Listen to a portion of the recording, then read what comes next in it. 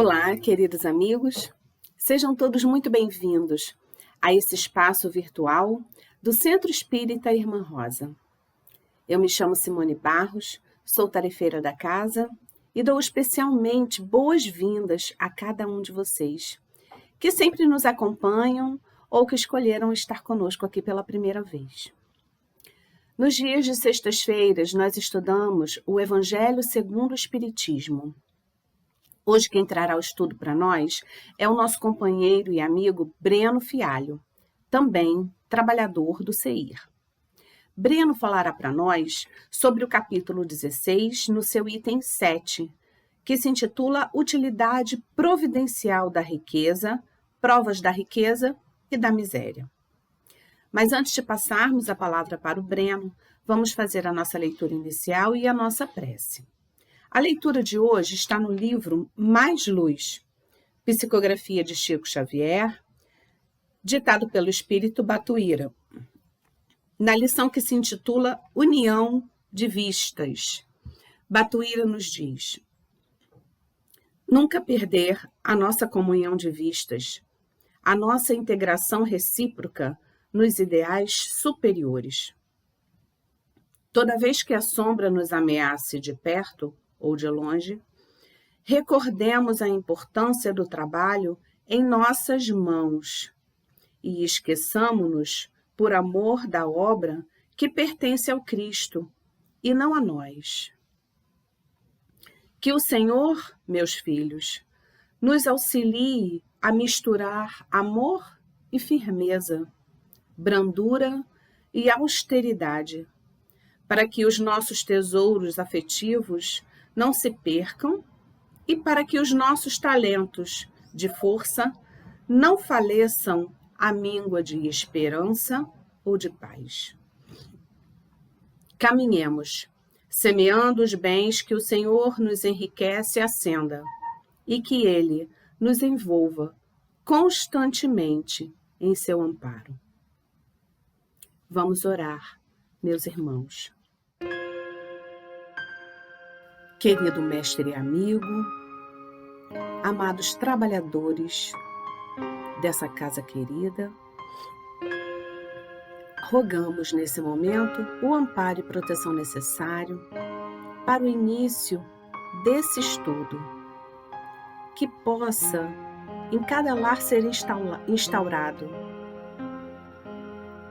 a serenidade, a tranquilidade, o amor,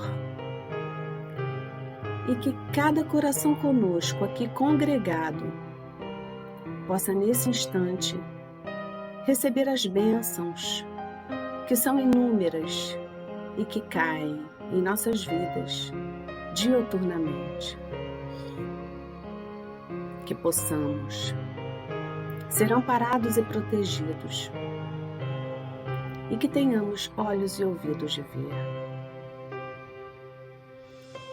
A Ti rogamos, querido amigo, que fique conosco neste momento e sempre, amparando também o nosso querido amigo Breno nas palavras que irá proferir. Que assim seja, graças a Deus. Passamos então a palavra ao nosso amigo Breno Fialho. Olá, minhas irmãs e meus irmãos, que Deus nos abençoe e que novamente a luz do Mestre Jesus esteja entre nós. Momento de estudo do Evangelho de Jesus, com esclarecimentos da doutrina espírita. Vamos abordar o tema Utilidade Providencial da Riqueza, Provas da Riqueza e da Miséria. É o item 7 do capítulo 16 de nosso Evangelho segundo o Espiritismo. Vamos apresentar algumas considerações que os espíritos orientadores trouxeram à luz sobre riqueza, assim como as provas vinculadas à riqueza e à miséria. Vamos perceber, vamos ver que essas considerações são pertinentes também às situações de nem tão rico e nem tão miserável. Ou seja, são importantes para todos nós, pois são provas e expiações pelas quais passamos para desenvolver em nós diversas virtudes, como caridade, fraternidade, resignação, disposição para o trabalho, entre muitas outras. No começo do capítulo 16 do Evangelho, Kardec traz algumas passagens evangélicas de Jesus e seus ensinamentos. Podemos destacar o desapego aos bens materiais, cuidado para evitar a avareza, o não julgamento de ninguém, como no caso do publicano Zaqueu que se modificou, e a importância do trabalho na multiplicação dos recursos. São essas as situações que permeiam esse capítulo 16. E Kardec começa o raciocínio no item 7, afirmando de modo muito elucidativo, porque apesar de para muitos a riqueza parecer ser um convite à perdição, Kardec pondera que se a riqueza fosse um obstáculo absoluto à salvação de quem a possui, Deus que a distribui teria colocado nas mãos de algumas pessoas um meio inevitável de perdição, o que contraria a razão. Se algo que determinasse exatamente, inexoravelmente, a perdição, seria algo não racional, não da bondade do Pai. Então segue Kardec que a riqueza é, sem dúvida, uma prova bastante arriscada, mais perigosa do que a miséria, em virtude das excitações, das tentações que oferece e da fascinação que exerce. Pois a riqueza é excitante do orgulho, do egoísmo e da vida sensual. Aqui procurando entender a vida sensual no seu sentido mais amplo, relativo aos sentidos, que busca prazer pelo lado sensório dos sentidos, ou seja, não só a sexualidade, mas a gula, o alcoolismo, a vaidade e tantos outros excitantes dos sentidos vinculados à matéria. Por isso, Kardec fala que é o laço mais forte que prende o homem à terra e o desvio dos pensamentos do céu. A riqueza dá uma sensação de poder, capacidade de resolver problemas, torna a pessoa um modelo almejado por muitos.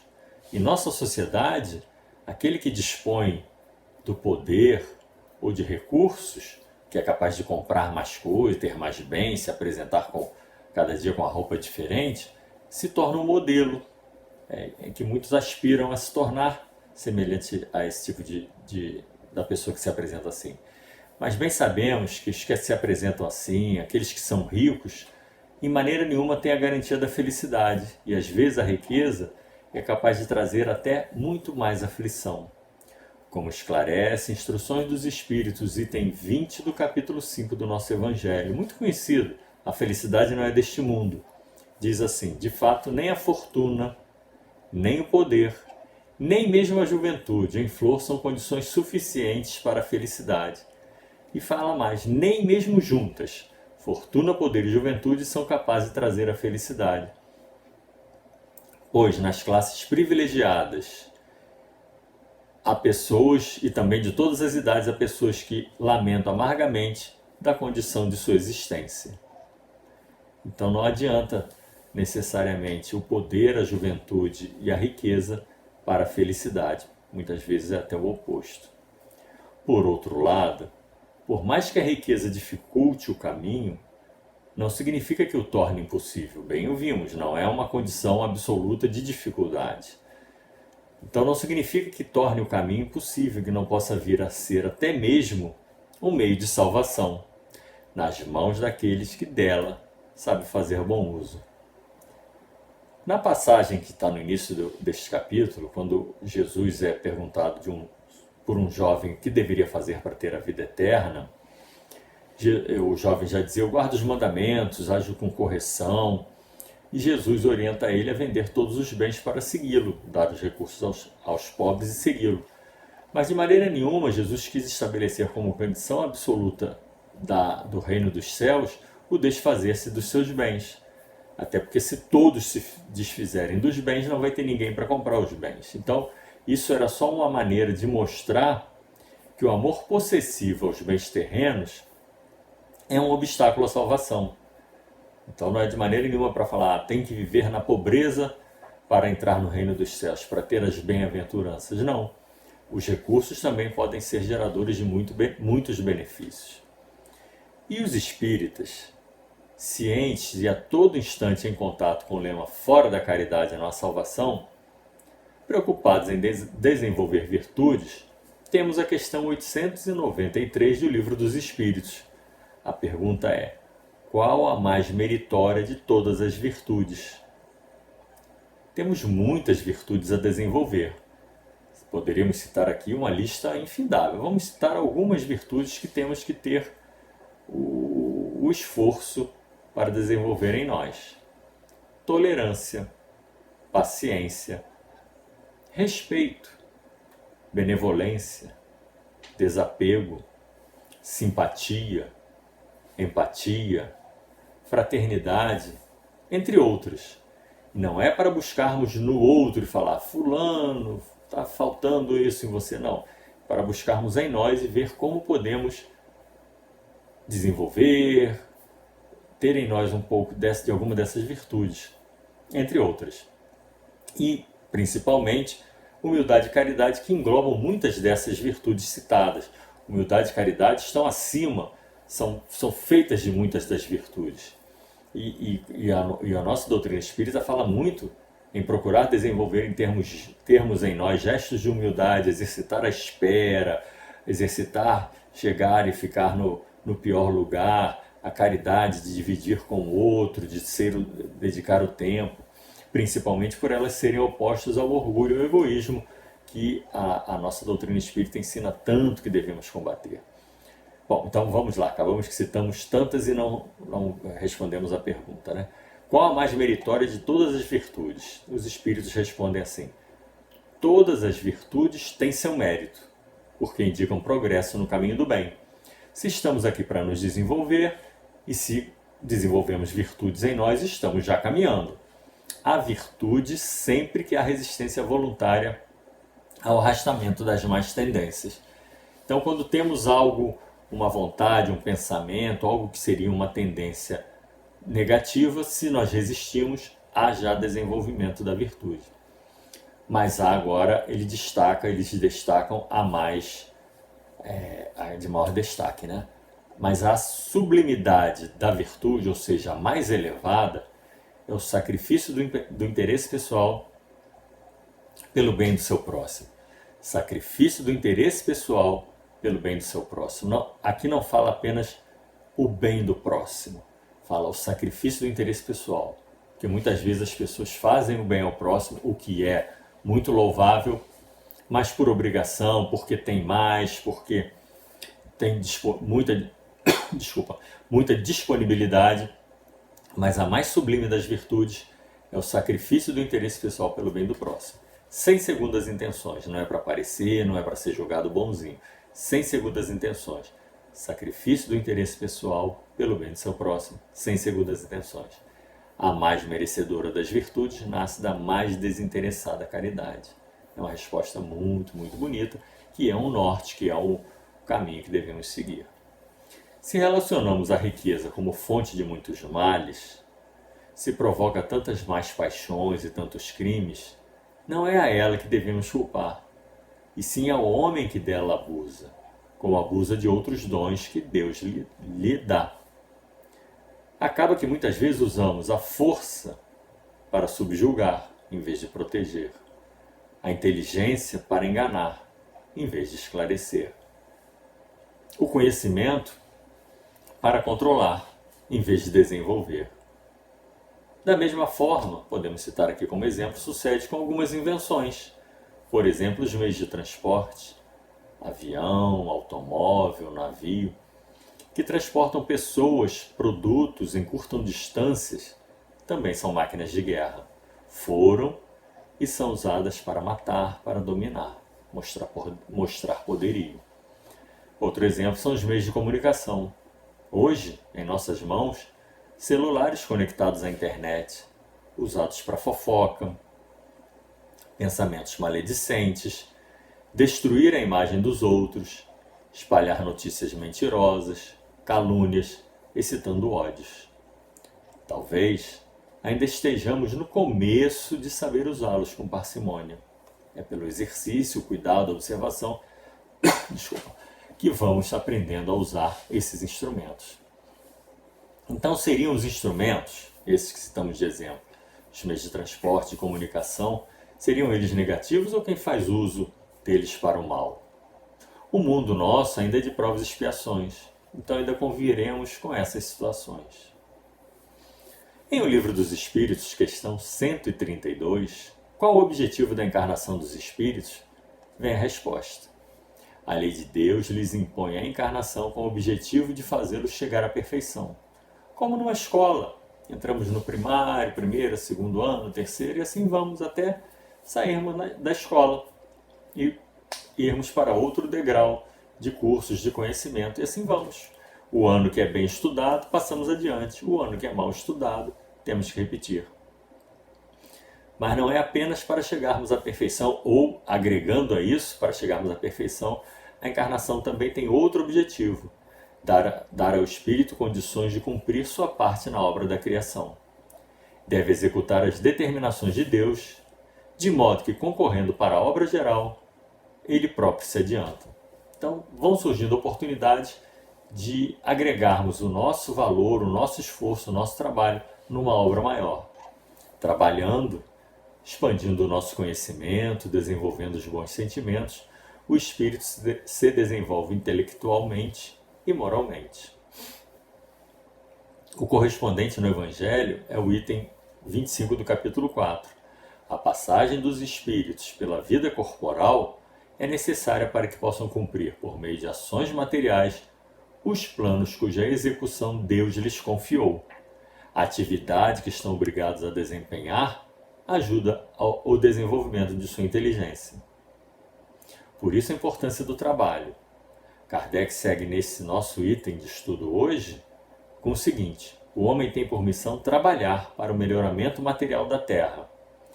Por isso mesmo as relações entre os povos tornam-se uma necessidade. Vejam como é atual. Toda a nossa codificação escrita lá no meio do século XIX, e podemos ler isso aqui de forma muito atual. Kardec diz: por isso mesmo as relações entre os povos tornam-se uma necessidade. Para facilitá-las é preciso destruir os obstáculos materiais que as separam e tornar as comunicações mais rápidas. Estamos chegando agora a esse aconselhamento que Kardec deu, né? Destruir os obstáculos à separação dos povos e tornar as comunicações mais rápidas. Ainda falta vivermos em paz, né? Mas uma parte já está andando. Segue Kardec. O homem teve de extrair materiais das próprias entranhas da terra.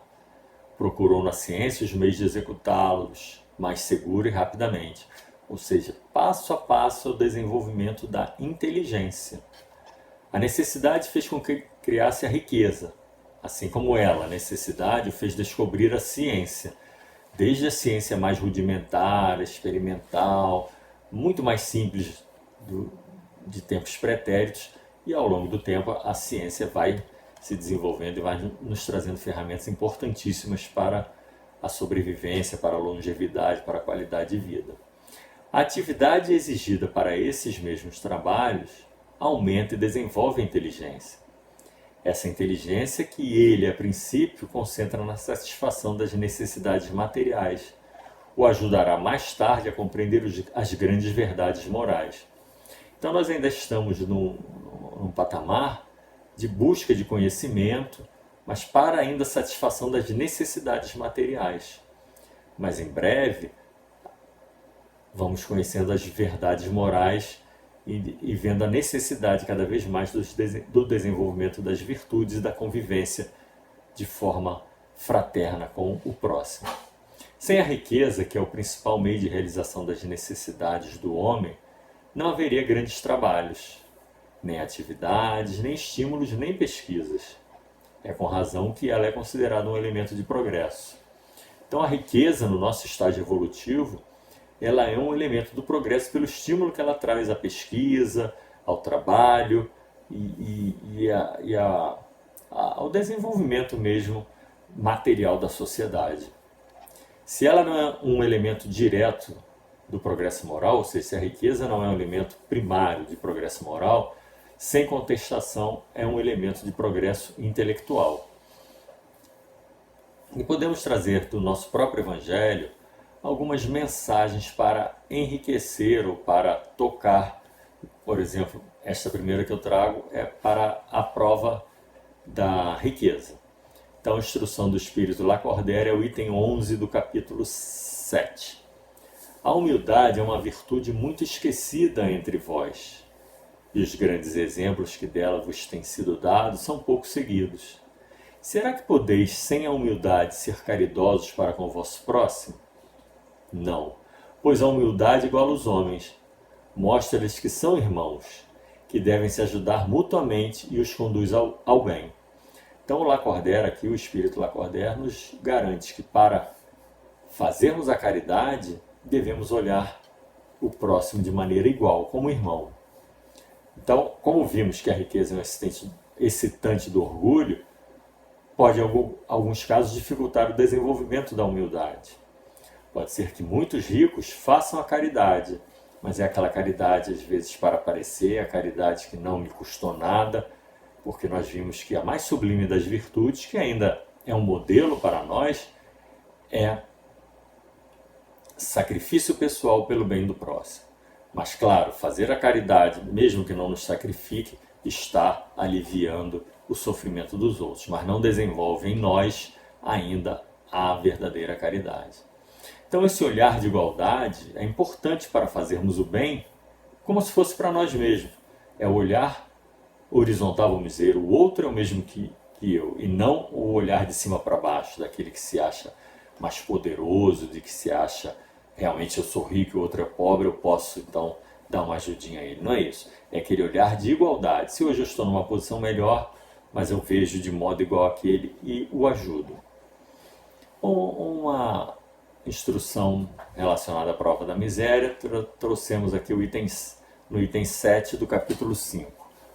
O homem não deve se esquecer nunca de que está no mundo inferior, ao qual está preso devido às suas imperfeições.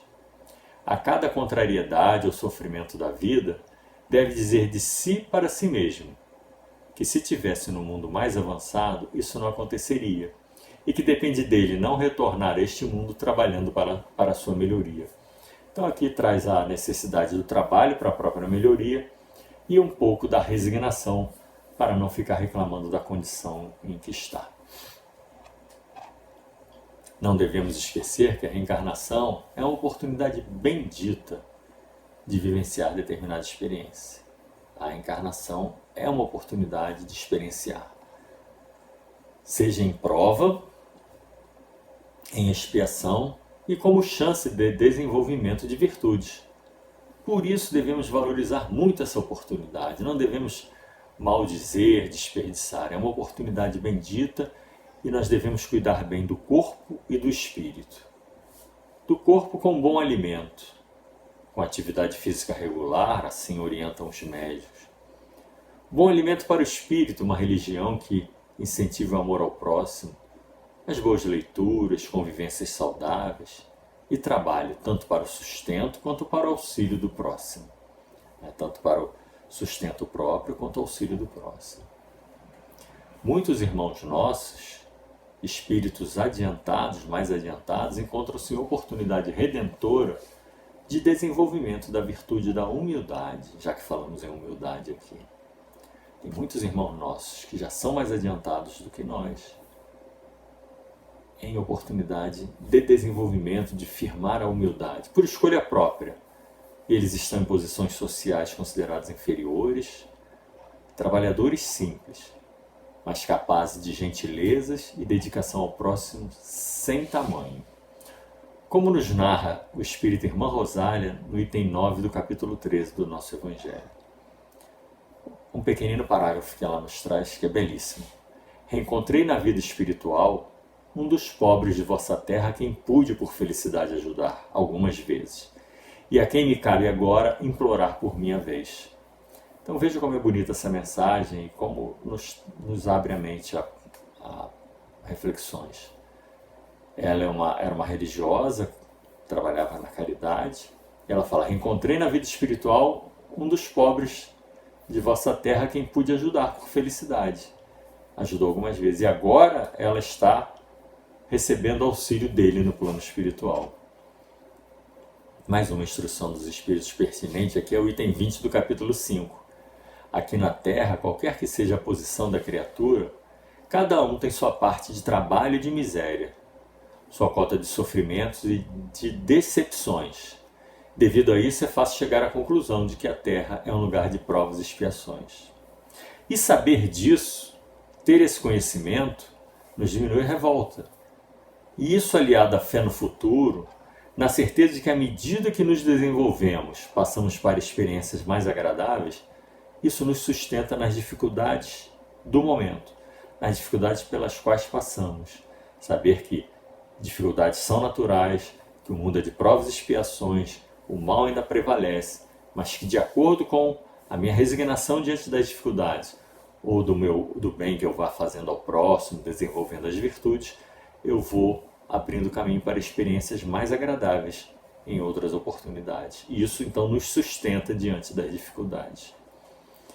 E como citamos agora há pouco, falamos da importância do trabalho como desenvolvimento do espírito, desenvolvimento intelectual, nós temos, claro, dentro das leis morais, no nosso livro dos Espíritos, a lei do trabalho.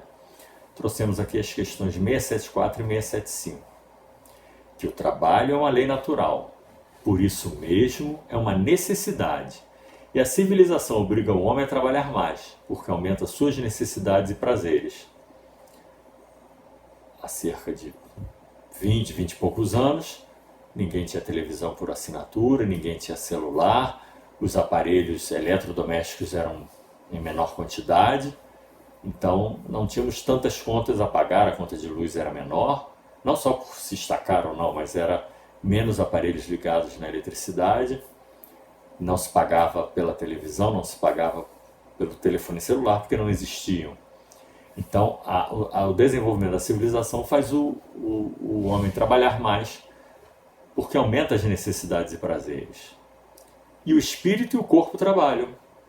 Espíritos desencarnados trabalham, espíritos encarnados trabalham. Por isso a necessidade de estudo para ter esse conhecimento. O espírito também trabalha. E dar a oportunidade ao espírito de trabalhar nos momentos de desprendimento.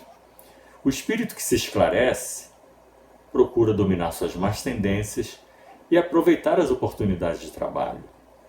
Então, antes da hora de dormir, na nossa prece, pedir oportunidade para ir para bons lugares, para locais onde esteja havendo estudo, onde o espírito também possa ali agregar conhecimento e vontade de progredir, a oportunidade de trabalhar. Se tiver oportunidade de trabalhar no campo espiritual também durante o desprendimento, também será ótimo. Porque na questão 675 está lá na resposta: toda ocupação útil é trabalho. Então, no caso dos encarnados, muitas pessoas já estão aposentadas ou têm rendimentos, têm rendas e não precisam trabalhar, mas trabalhar para receber remuneração. Mas toda tarefa, toda ocupação útil é trabalho. Então, trabalho social, trabalho de ajuda, ensinar alguma coisa a alguém, mesmo não remunerado, é trabalho também. E o espírito também trabalha. A correspondência do nosso item de estudo hoje do livro do Evangelho segundo o Espiritismo no Livro dos Espíritos são as questões de 814 a 816. A 814 é a seguinte: por que Deus deu a uns riquezas e poder e a outros a miséria? Resposta: para experimentar cada um de maneiras diferentes. Aliás, vós já o sabeis. Essas provas foram os próprios espíritos que escolheram, e muitas vezes nelas fracassam. Falando em provas, escolha das provas, é a questão 258. Vamos lá rapidamente. Os espíritos escolhem o gênero de provas que quer passar. Nisso consiste seu livre-arbítrio. Então o espírito escolhe o gênero. O que vai acontecer dentro do gênero dessas provas aí depende de diversos fatores, da dedicação, das orações, da fé, do desleixo, do capricho com que faz suas tarefas.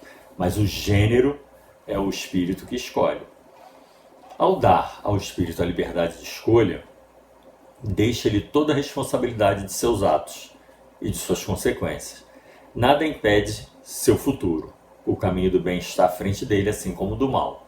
Então isso é para todos nós, para todos os espíritos encarnados. O caminho do bem e o do mal está diante de nós.